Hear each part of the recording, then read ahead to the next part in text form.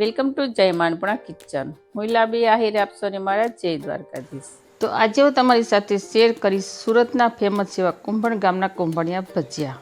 આ કુંભણિયા ભજીયા છે ને, કુંભણ ગામમાં આ ભજીયા વધારે બને છે અને ત્યાંના જ આ પ્રખ્યાત છે. જે સુરતમાં રહેતા હશે એને તો ખબર હશે, અને ન રહેતા હોય સુરતમાં તે સુરતના કુંભણિયા ભજીયા ખાવા જરૂર આવજો. બહુ ટેસ્ટી બને છે. તો આજે એ જ ટેસ્ટ અને એ જ રીતે આપણે ઘરે બનાવી અને કુંભણિયા ભજીયા બનાવીને તૈયાર કરીશું. તો આ ભજીયા છે ને બનતા બહુ જાજી વાર નથી લાગતી, અને આ ભજીયાને આપણે સોડા, ઈનો કે લીંબુ વગર જ આપણે બનાવીને તૈયાર કરીશું.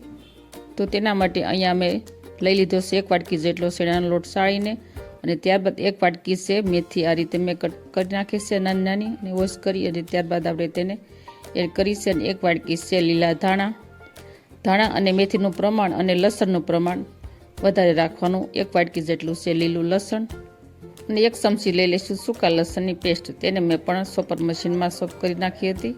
હવે આવશે આદુ મરચાંની પેસ્ટ. તેને મેં 1 મોટી ચમચી લીધી છે, અને જો તમારે વધારે તીખું ખાતા હોય ઘરમાં તો થોડું વધારે મરચાંનું પ્રમાણ રાખવાનું. અને ત્યારબાદ લઈ લઈશું સ્વાદ અનુસાર મીઠું, અને ત્યારબાદ આપણે સરસ રીતે તેને મિક્સ કરી દઈશું.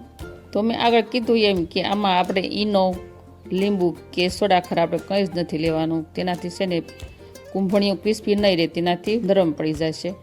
ત્યારબાદ આપણે થોડું થોડું પાણી એડ કરતા જઈશું, અને મીડિયમ થિકનેસ રહે ને એ રીતે આપણે તેનો લોટ તૈયાર કરી લઈશું.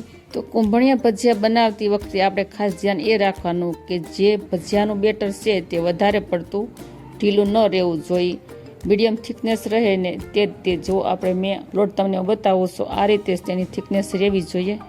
તો જ ભજીયું છે ને આપણે એને ઇઝીલી પાડી શકશું.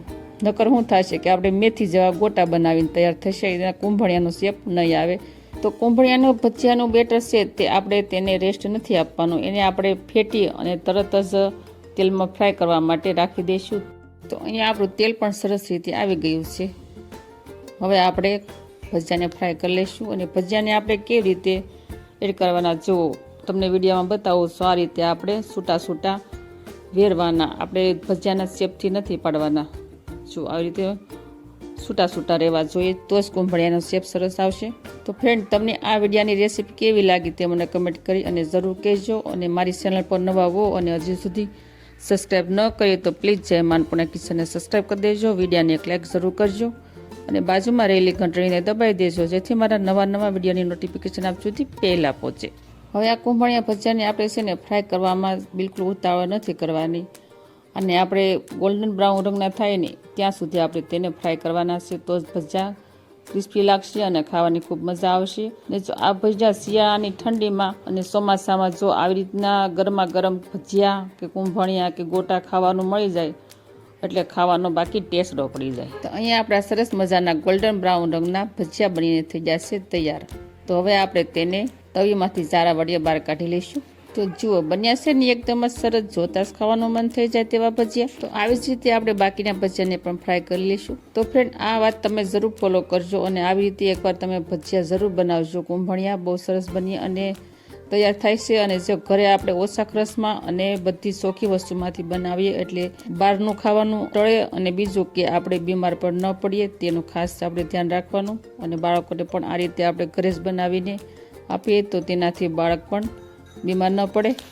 અહીંયા અમારા સુરતના કુંભણિયા ભજીયા બનીને થઈ જશે તૈયાર. ક્રિસ્પી કુરકુરિયા એવા મસ્ત મજાના કુંભણિયા ભજીયા. આ કુંભણિયા ભજીયાને આપણે પીરસતી વખતે સોસ, આંબલીની ચટણી અથવા તો બેસનની કઢી, કાંદા અને તમે કંઈ પણની સાથે ખાઈ શકો. બહુ સરસ ભજીયા લાગે છે ખાવામાં, ટેસ્ટી. તો આવી જ નવી રેસીપી શીખવા માટે જય માનપણા કિચનને સબસ્ક્રાઈબ કરી દેજો. વિડીયોને એક લાઈક જરૂર કરજો.